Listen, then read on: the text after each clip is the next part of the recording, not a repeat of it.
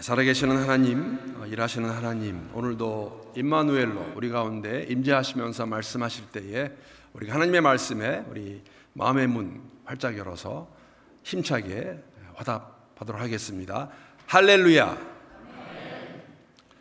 사실 오늘 매일 성경 스케줄을 보게 되면 시편 말씀을 묵상하게 돼 있는데 지난 두 주일 나눈 말씀을 생각해 보니까 물론 히브리서를 묵상하면서 따라했던 본문이 맞습니다. 두 주 전에 히브리서 12장의 말씀을 가지고 나눴던 내용이 11장 내용이 뭐였냐면 모이기를 그만하는 습관 버리기라는 그러한 제목으로 말씀을 전하면서 아마 그 말씀 가운데 남는 게 있다면 사실 우리가 함께 모일 때 어떨 때에는 아마 종종 그래야 된다고 생각합니다. 그냥 우리가 함께하는 그 자체가 공동체의 힘이 될 수가 있다. 그래서 모이기를 힘써야 된다라고 말씀을 드렸고 또 그러한 마음으로 지난주에는 설교 제목이 더불어였습니다. 우리가 함께 이 여정을 걸어가는 것이 하나님이 원하시는 것이다.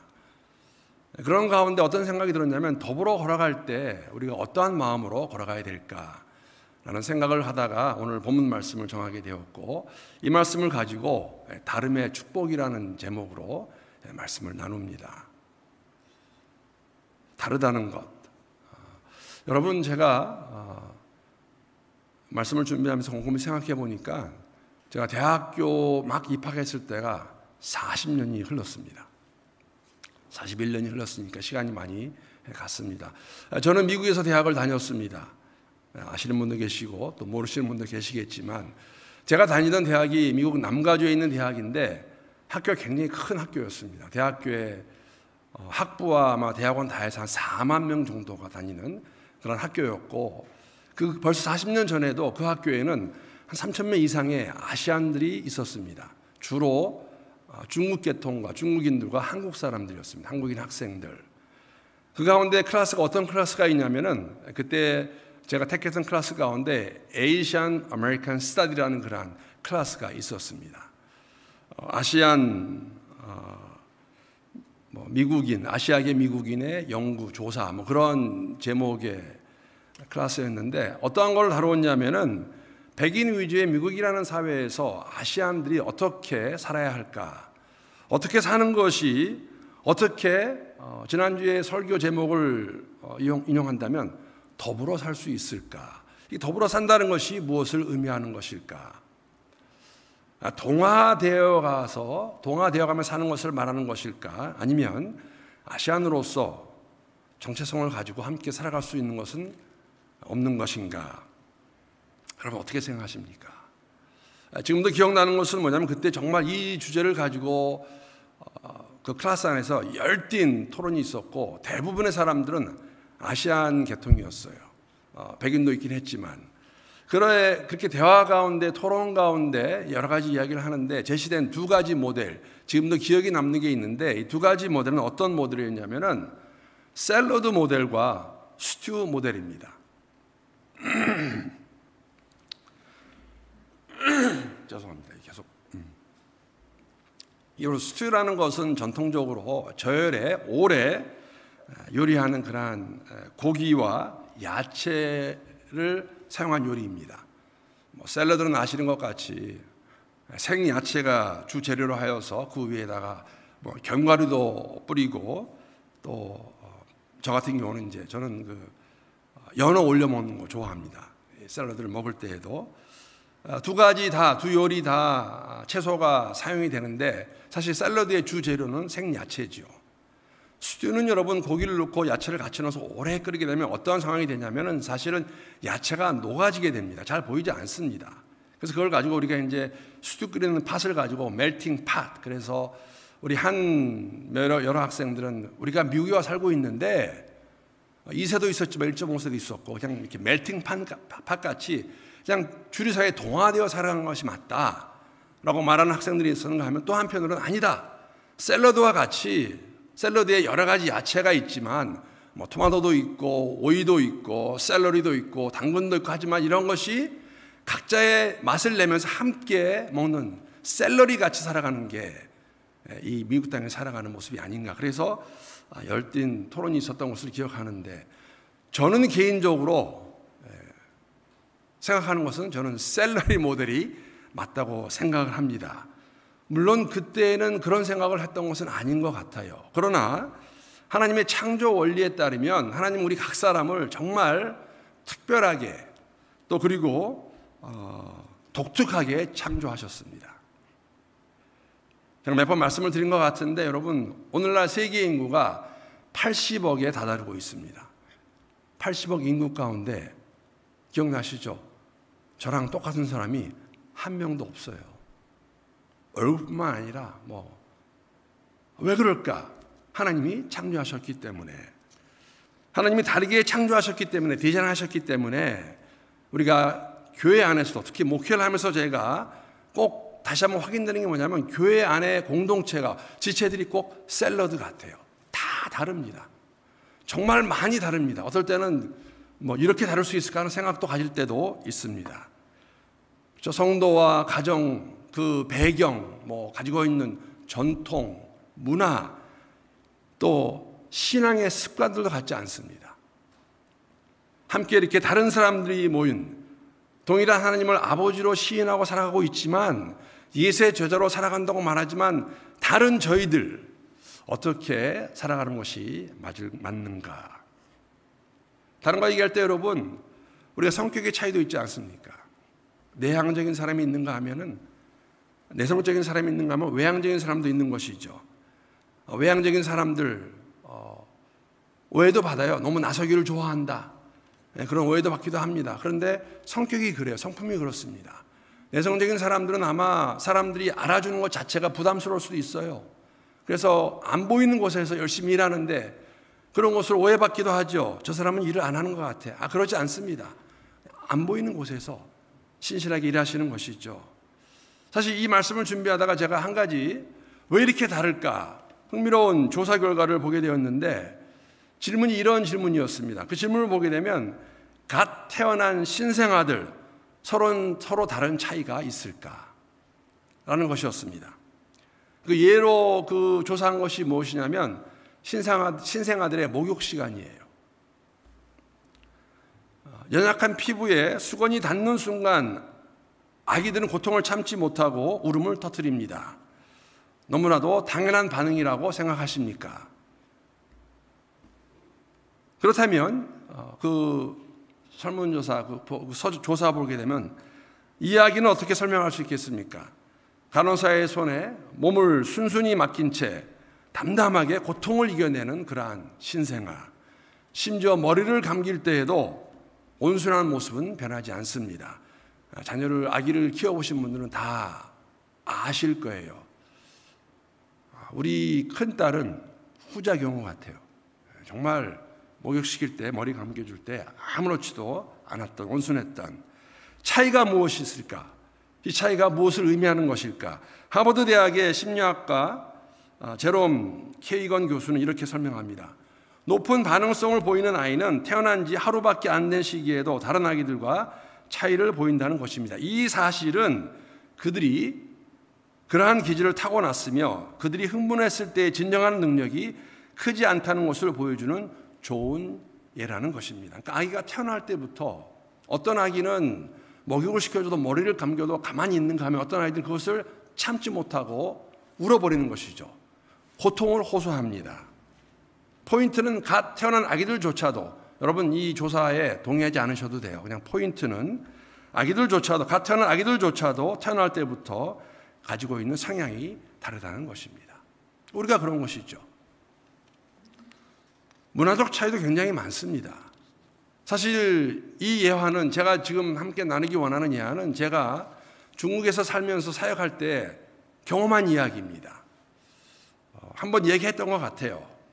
제가 중국에 살 때 저희 팀에 한 12개국에서 온 이 동료들이 함께 일을 했습니다. 함께 사역을 감당하는데 그 중에서 영국에서 은퇴하고 온 60대 중반의 선교사가 있었고, 부부가 있었고, 또 아프리카 버닌이라는 나라에서 북경대학으로 유학을 왔다가 예수 만나서 예수 믿고 중국 여자 만나서 중국 자매 만나서 결혼하고 거기서 선교사로 사는 그러한 형제가 있었습니다. 이름은 기억이 안 나요.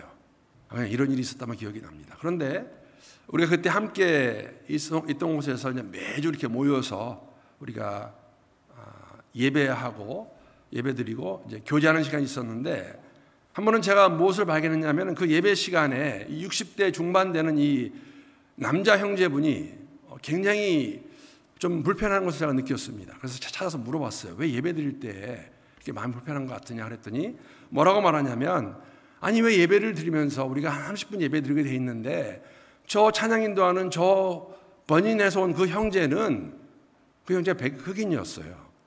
왜 시간을 안 지키고 찬양 시간을 그렇게 길게 하냐면서 자기는 그게 마음에 안 든다는 거예요.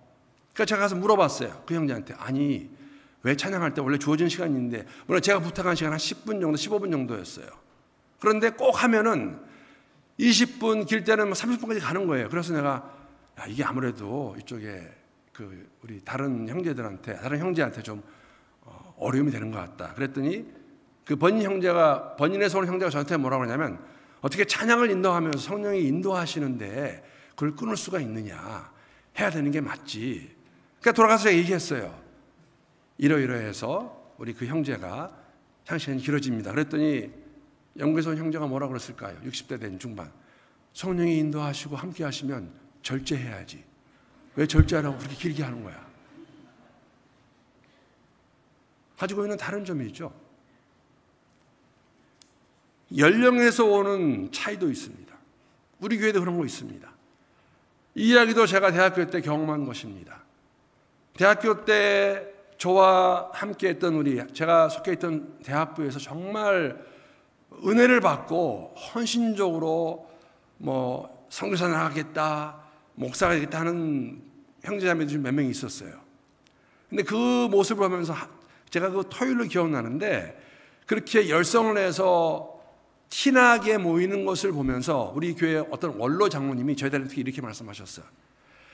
나도 젊었을 때에는 너희들처럼 그랬어. 너무 티내면서 믿지 마.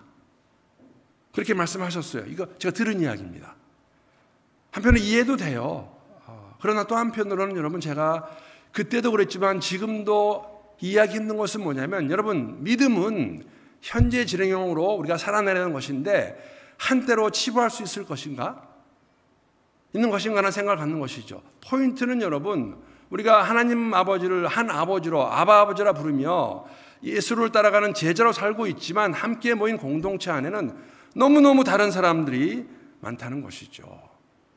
진리와 무관한 것들에 대해서, 그것이 연령과 관계가 있는 것인지 아니면 내 습관, 문화적인 차이, 이러한 것들과 관계된 것을 가지고 내 것만이 옳다, 맞다라고 만약에 고집한다면 우리가 너무나 경험적으로 잘 알고 있는 것, 교회는 많은 어려움에 당면하게 될 것입니다.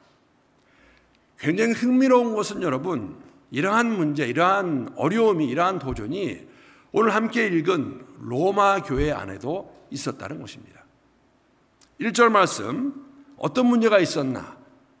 사도 바울은 이러한 그들에게 어떠한 해결책을 제시하고 있는 것인가?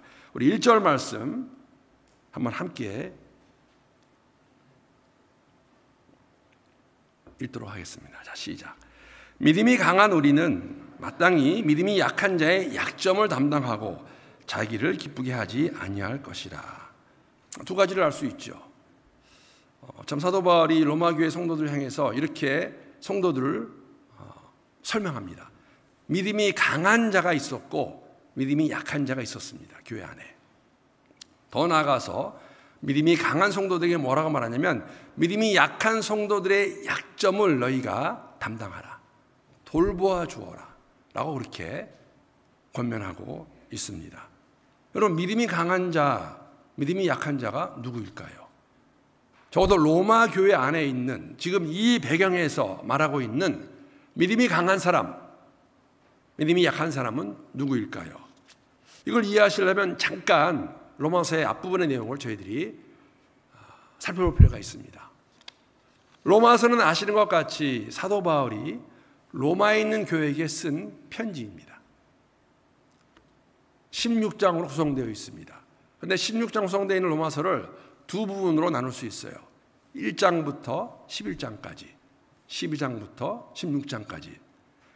1장부터 11장의 내용은 이렇게 생각하시면 됩니다. 로마서 3장 23절 말씀, 모든 사람이 죄를 범하였으면 하나님의 영광에 이르지 못하더니.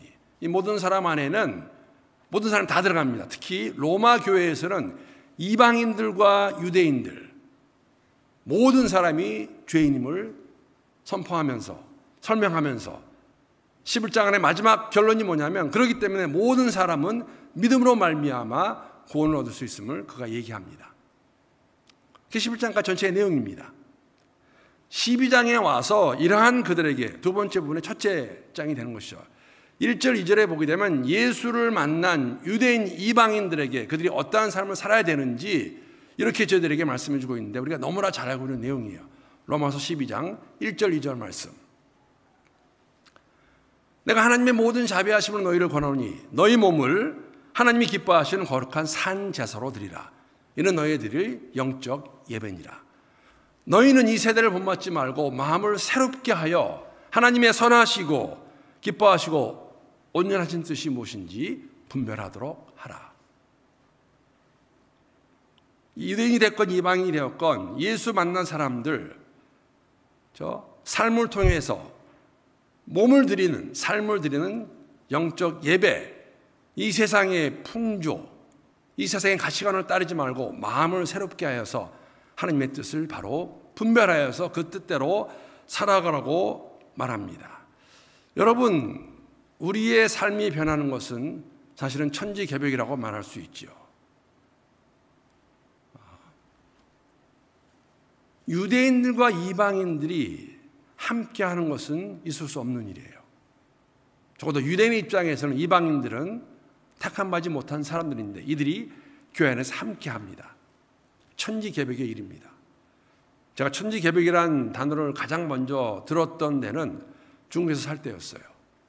중국 사람들이 그때 무엇을 가지고 천지개벽이라고 말하고 밖에서 보는 사람들이 왜 중국을 그렇게 천지개벽이라고 그랬냐면, 1978년도에 당시에 등소평과 미국의 닉슨 대통령이 외교적인 관계를 맺고 난 다음에 주계장막이었던 중국이 열리고 난 다음에 중국은 한 20년 동안 정말 천지개벽이라 말할 정도로 그 땅이 변해버립니다. 경제적으로 변한 거죠. 그러나 여러분, 우리의 마음이 변하는 것은 천지개벽이에요. 이 세상을 따라 살던 여러분과 제가, 그리고 이방인들과 유대인들이 그리스도 예수 안에서 그들의 마음이 변했습니다. 이방인들과 유대인들이 함께합니다. 이렇게 살아가는 것 있을 수 없는 일이죠. 그런데 문제가 뭐냐면, 그렇게 만나 살아가는데, 함께 공동체로 살아가는데 그들에게 어려움이 있었다는 것이죠. 이 어려움이 무엇일까? 오늘 본문의 말씀은 14장에서 보여주고 있는, 즉 로마 교회 성도들이 가지고 있던 그 문제에 대한 답입니다. 14장을 보게 되면은 로마 교회 공동체가 당면하고 있던 큰 문제 두 가지를 저희들이 알 수가 있습니다. 첫째는 무엇이냐면, 고기 먹는 것에 대해서 다른 생각과 견해입니다. 비프 말하는 겁니다. 고기. 왜냐하면은 아마 이러한 것은 우리가 알고 있는 것 같이 로마 고린도 교회와 많이 비슷한 것을 제가 알 수가 있는 것이죠. 유대인 크리스천들에게는 사실 율법이 아직도 중요했습니다. 그래서 율법에서 금하고 있는 고기를 먹는 것, 즉 우상에게 바쳐진 고기를 먹는 것은 그들이 자유스럽게 먹을 수가 없었습니다. 더 나아가서 고기를 잡을 때, 도살할 때 어떻게 잡았나, 율법에 따라 잡았나 안 했나, 그것을 확실히 모르는 상태에서는 고기를 먹는 게 그들에게 힘들었습니다. 그런데 이방인 크리스천들에게 문제가 되지 않아요. 자유스럽게 먹을 수 있는데, 이러한 어려움에 있는, 즉 유대인 크리스천들과 이방인 크리스천들이 가지고 있던 어려움을 그가 들어서 알고 사도 바울이 14장에 보게 되면 이렇게 그들에게 권면합니다. 1절 1절 말씀입니다. 로마서 14장 1절 2절 말씀. 믿음이 연약한 자를, 여기 또 나옵니다. 믿음이 연약한 자. 먼저 나온 이야기죠. 너희가 봤되 그의 의견을 비판하지 말라. 어떤 사람은 모든 것을 먹을 만한 믿음이 있고, 믿음이 연약한 자는 뭐 먹는다고요? 채소만 먹느니라. 이게 이러한 배경입니다. 만약에 이방인 크리스천들이 그러한 형제 자매가 된 유대인 크리스천들의 그 마음, 그 상황을 이해하고 배려하고 적어도 함께 할 때 고기를 먹지 않았더라면 괜찮았을 거예요. 그렇지 않았던 것이죠. 그래서 이렇게 지금 사도 바울이 권면하고 있습니다. 또 다른 문제는 뭐냐면 절기에 관한 것이었어요. 로마서 14장 5절 말씀 보게 되면 이렇게 기록하고 있습니다. 어떤 사람은, 이게 로마 교회 안의 성도들입니다. 이 날을 저 날보다 낮게 여기고 어떤 사람은 모든 날을 같게 여기나니 각각 자기 마음을 확정할지니라. 그러니까 유대인 크리스천들에게는 특별한 날들이 있었어요.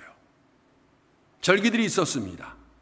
구약의 사건을 기억하면서 유월절이나 칠칠절이나 이러한 절기들이 있었는데 이들에게는 아직까지 그것이 중요한 것이죠. 그러나 이방인 크리스천들에게는 아무 의미가 없는 것이죠. 모든 날이 동일한 것이죠. 문제는 무엇이냐면 함께 교회 안에 모여 있는데 이러한 것들로 인해서 그 안에 어려움이 생겼다는 것이죠. 그래서 믿음이 강한 크리스천은 누구를 말하고 있냐면은 이러한 이방인 크리스천들을 이야기하고 있습니다.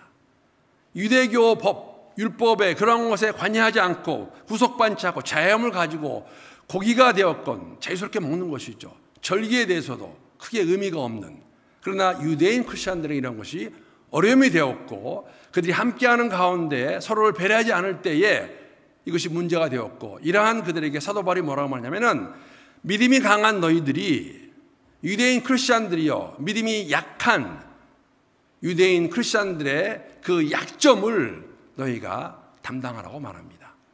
받아주라는 것이죠. 해결책입니다. 유대인 형제 자매들이 함께 교회 안에 있는 그 형제 자매들이 시험에 들지 않도록 고기를 먹는 것 삼가하라는 것이죠.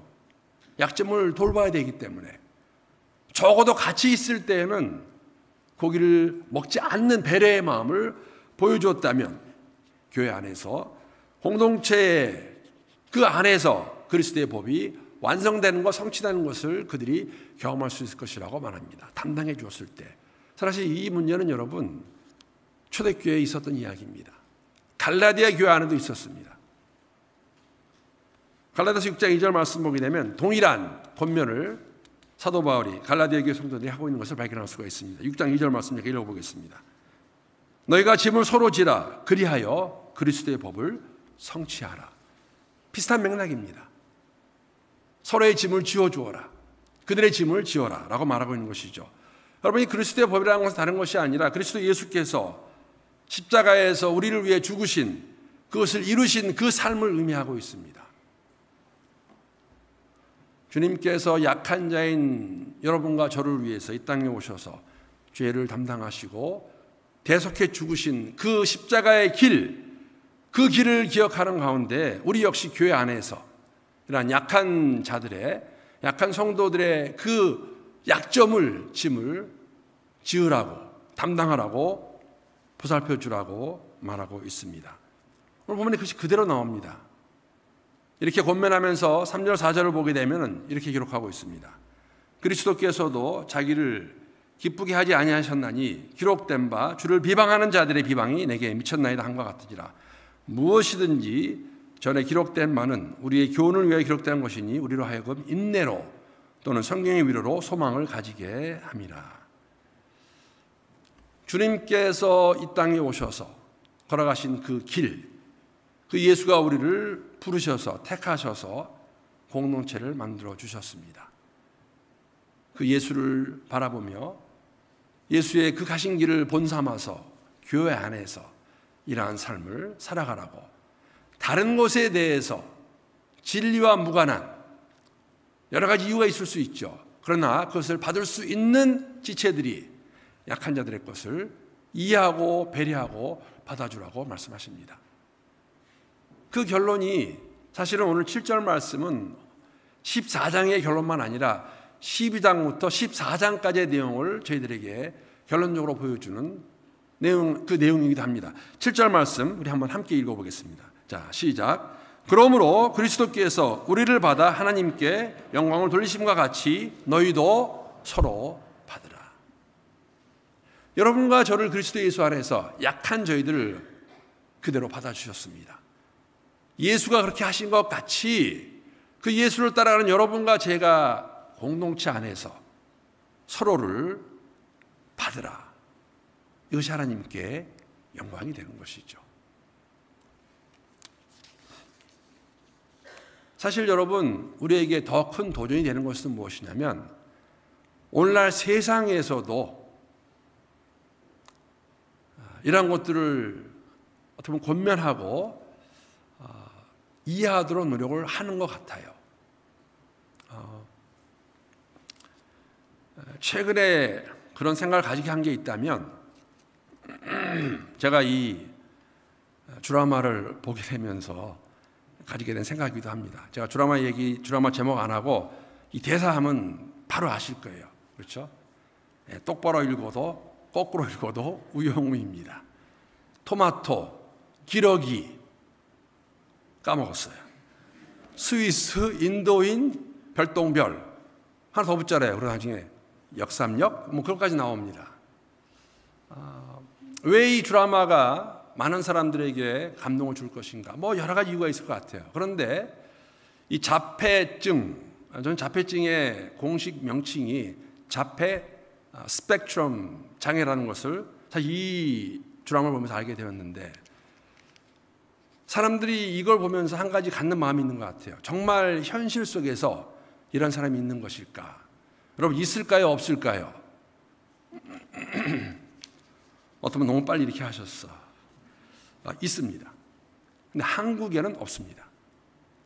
이게 굉장히 흥미로운 게 뭐냐면은, 어떻게 된 거냐면은, 여러분, 이 이상한 변호사 우영우라는 드라마가 우리 한국 사람만 보는 게 아니라 요새는 뭐 다시잖아요. 요새는 뭐 드라마도 한류라 그러죠. 그 넷플릭스에 올라갔고, 넷플릭스에서 이 드라마를 관람하게 된 어떤 어머니가 자기 딸에게 이것을 보라고 권면했습니다. 근데 그 딸이 한번 보여주시죠. 사진. 이름이 뭐냐면 헤일리 모스라는 올해 28살 된 자매입니다. 젊지요. 근데 이 자매가 자폐 스펙트럼 장애를 가지고 있는 미국에서 변호사로 활동했던 자매입니다. 이 내용을 보게 되면 3살 때까지 한묵증을 앓았습니다. 말을 못해요. 그 드라마 비슷해요. 자폐 판정을 받게 되는데, 그러한 가운데서도 플로리다 대학에서 심리학 학사 또 범죄학 학사를 취득했고, 마이애미 대학교에서 법학 박사학위를 로스쿨 다녀서 2019년 1월 1일 플로리다에서 변호사 자격을 최초로 취득한 공식적인 자폐인 변호사입니다. 28살입니다. 한 1년 정도 로펌에서 우영우 변호사와 같이 일을 하다가 나중에 평소에 관심이 있던 것에 일을 하기 위해서 그것을 그만두고 자신의 이야기를 쓰는 작가로, 또 더 나아가서 장애인 인권운동가로 지금 활동하고 있습니다. 여러분 구글하시면 나와요. 헤일리 모스. 아마 그래서 이것을 이제 알게 되었고, 한국의 어떤 한 신문사에서 이 자매하고 인터뷰합니다. 인터뷰하는 가운데 그 질문 가운데 뭐가 있냐면은, 그 헤일리 모스한테 이렇게 질문해요. 한국에 자폐증이 있는 사람들에게, 있는 이들에게 해주고 싶은 말이 있으면 무엇이 있습니까? 했을 때 이렇게 답을 합니다. 당신은 혼자가 아니다. 자폐는 비정상도 아니고 실패한 결과물도 아니다. 남들과 똑같이 열정적으로 꿈을 쫓고 남들과 똑같이 사랑과 행복을 찾을 권리가 있다. 자폐는 비정상도 아니고 실패한 결과물도 아닙니다. 그냥 다른 것뿐입니다. 세상에서도 그들 장애인이라고 터부시하거나 바보, 더 나아가서 우리가 하는 말 있지 않습니까? 이상한 말 하지 말고 그들을 받아들이고 함께 살아가라고, 저는 이상한 변호사 우상을 보면서 그것을 느꼈습니다. 아, 함께 살아가는 것이 맞다. 이 세상에서도 더불어 살아가는 것, 다룰 수 있다. 더 흥미로운 것은 뭐냐면 2014년도, 그러니까 헤일리 모스가 20살 때입니다. 그 자매가 인터넷 뉴스페이퍼인 미국의 엘리트 데일리라는 그 신문사에 기고한 글이 있습니다. 그 제목이 뭐냐면, 원래 제목은 It's okay to be different. 한국말로는 달라도 괜찮아.